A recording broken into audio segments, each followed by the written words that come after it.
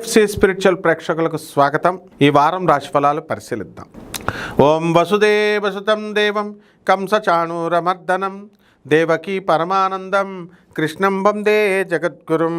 కృష్ణం వందే జగద్గురుం, అర్జునం వందే జగదేక వీరం.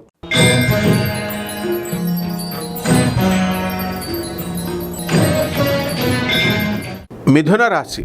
ఈ మిథున రాశి వారికి మరి వ్యయంలో ఉన్నటువంటి శుక్రగ్రహ ప్రభావం వల్ల స్థలాలు కొంటారు, మీరు ఇల్లు కొంటారు.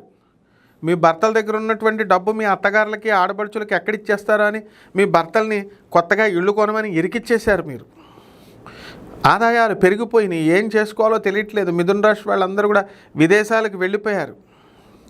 అసలు సమస్యలతో ఎంతో టెన్షన్తో జుట్టు పిక్కునేటటువంటి మీరు మొత్తం అవన్నీ కూడా ఇప్పుడు టెన్షన్స్ అన్నీ పక్కన వాళ్ళకి అంటించేసి హ్యాపీగా ఉన్నారు.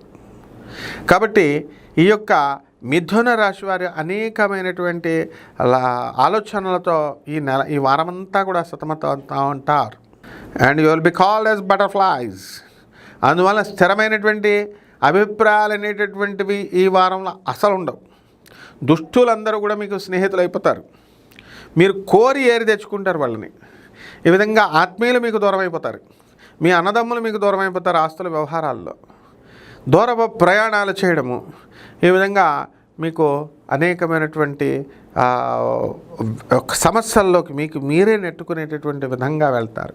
పరిహారాలు మరి గురుబలం జాగ్రత్తగా లేదు కాబట్టి గురుజపం చేయాలి, గురు స్తోత్రాలు చదవాలి, గురువుకి కిలోం పావు శనగల్ని పసుపు రంగు వస్త్రాలనిచ్చి పేద బ్రాహ్మణులకి శనివారం నాడు ఉదయం 8 గంటలకి దానం చేసుకోవాలి, లేదా 3 గంటలకి తెల్లవారుజామున చేయలేం కాబట్టి 6 గంటలకి దానం చేసుకోండి. అలాగే మేడి చెట్టుని తీసుకోండి, మేడి చెట్టు చుట్టూ ప్రదక్షిణాలు చేస్తూ నీళ్లు వేస్తూ దత్తాత్రేయాయ నమః అంటూ ప్రదక్షిణాలు చేసుకోవాలి. ఈ విధంగా చేసుకున్నప్పుడు మీకు ఈ యొక్క గురుదోషం పోతుంది, బ్రహ్మాండంగా ఉంటుంది. మీకు శుభమస్తు.